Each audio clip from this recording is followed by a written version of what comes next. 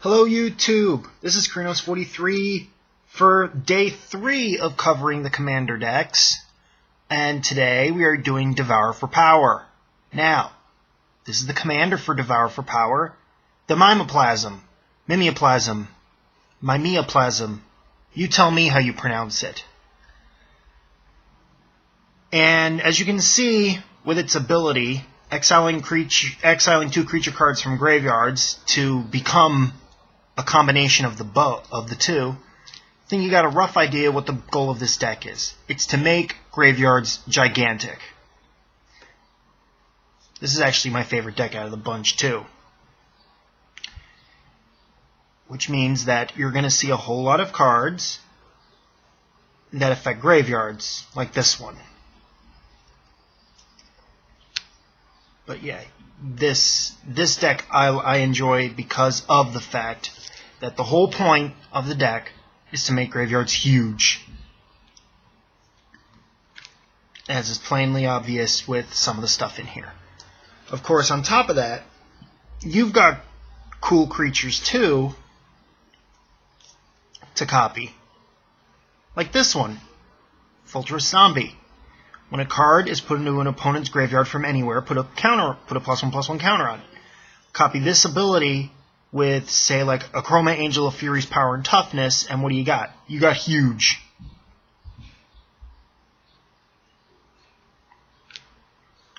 Each player sacrifices a creature, and you get zombies for each player each other player sacrifices a creature, and you get a zombie for each one sacrificed. Another way of thinning out your deck for the lands.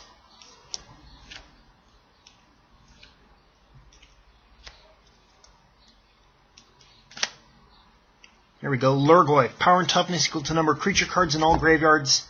Well, power equal to number of creature cards in all graveyards. Toughness equal to that number +1.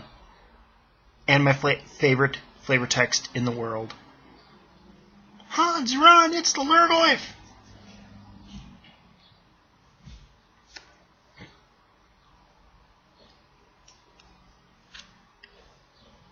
A new Join Forces card. This one mills.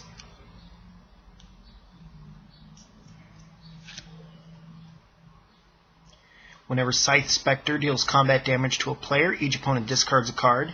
Each player who discarded a card with the highest converted mana cost loses life equal to that mana cost.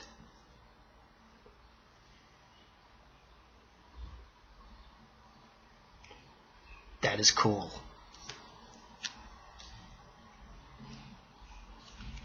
Living Death, one of the more interesting sorceries in Magic's history. The requisite Soul Ring. Now, for those of you that don't know what this is, it's a new ability. Intimidate is this creature can only be blocked by artifact creatures and creatures that share a color with it. It's the new Fear, essentially.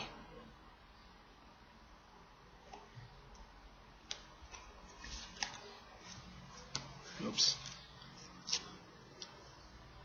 There we go. Search a library for up to 3 creatures. Put them in your graveyard.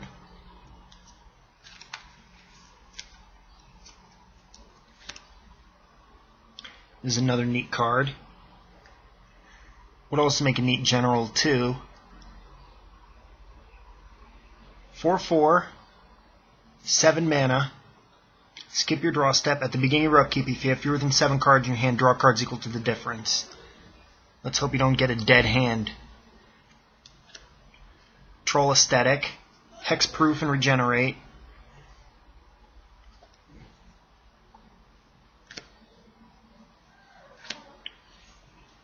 Evoke, also another good way of getting creatures in your graveyard. Zadok.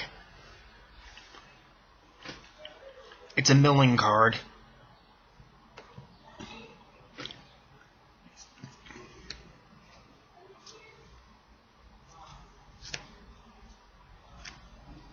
Another Join Forces where everybody draws cards instead of discarding.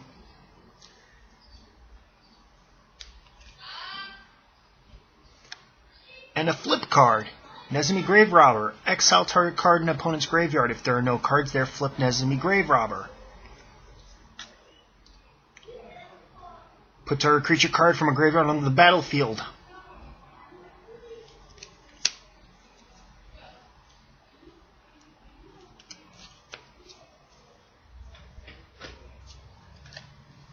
This deck runs a lot of land. Fact or fiction, using the new art that was presented in the dual decks, Jace versus Chandra.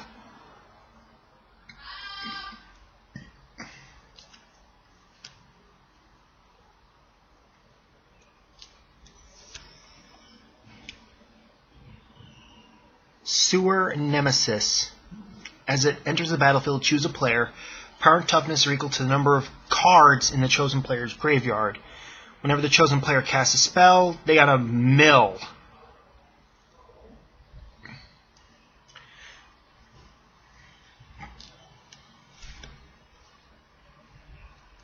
Spell Crumple. Slipstream Eel, can't attack unless defending player controls an island. It's got a power and toughness worth copying on the Mimoplasm.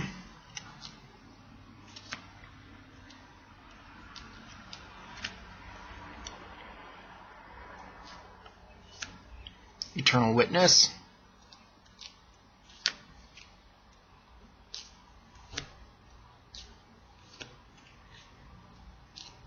The necessary signets.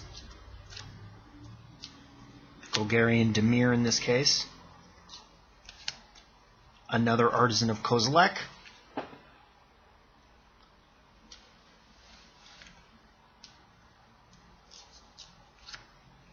Solemn Simulacrum. When it enters the battlefield, you may search your library for a land and put it in the battlefield tapped. If you do, shuffle your library. When it's put in a graveyard, draw a card.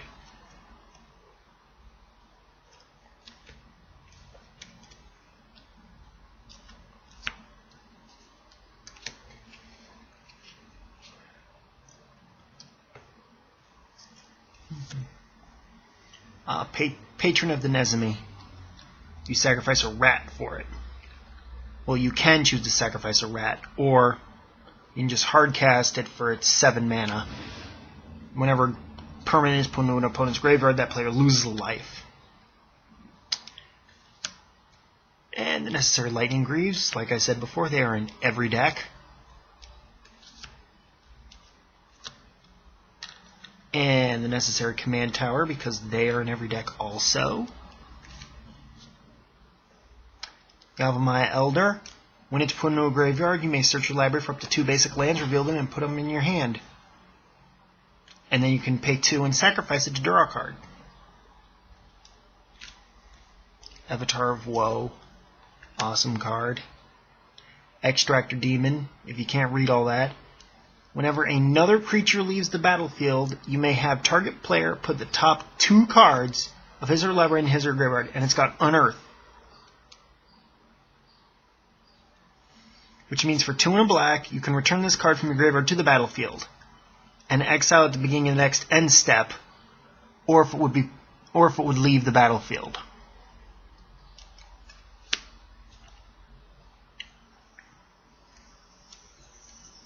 More Milling, Riddle Keeper.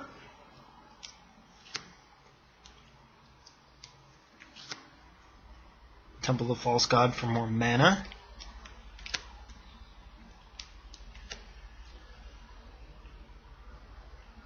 Dreamborn Muse, at the beginning of each player's upkeep. That player puts the top X cards of his or her library into his or her graveyard, where X is the number of cards in their hand. Hey, I got 5 cards in my hand. Alright, mill 5.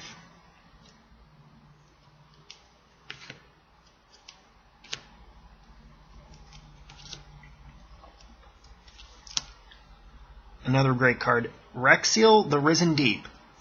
Its mana cost is high, its power toughness is great, and it's got Island Walk and Swamp Walk. Whenever it deals combat damage to a player, you may cast target instant or sorcery from that player's graveyard while paying its mana cost.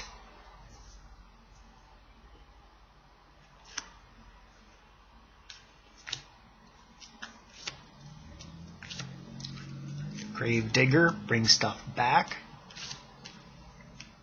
Skullbriar, the Walking Grave. It's got haste, and when it would deal combat damage to a player, put a +1/+1 counter on it. But this is the important part. Counters remain on Skullbriar as it moves to any zone other than a player's hand or library. If it's in the graveyard, it gets counters, or it has +1/+1 counters. If it gets exiled, +1/+1 counters. Command zone, +1/+1 counters. Speaking of +1/+1 counters, when Vorash the Hunter deals combat damage to a player, you may pay 2 and a green. If you do, put 6 +1/+1 counters on it. This deck needs Experiment Kraj.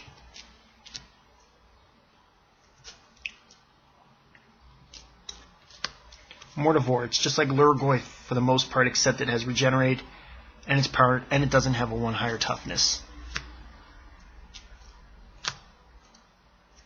Desecrator Hag, 2 and 2 hybrid. 2/2. When it enters the battlefield, return to your hand the creature card in your graveyard with the greatest power.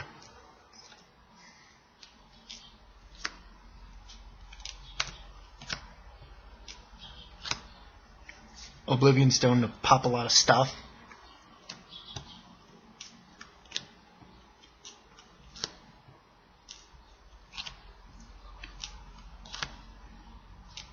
And it looks like that's pretty much... Nope, Sign in Blood. Target player loses 2 life and draws 2 cards. And Rise from the Grave. Put a creature card in a graveyard on the battlefield under your control. But yeah, that is that deck. I do indeed hope you enjoyed seeing that deck, because I've still got 2 more to go. Next time, i.e. tomorrow,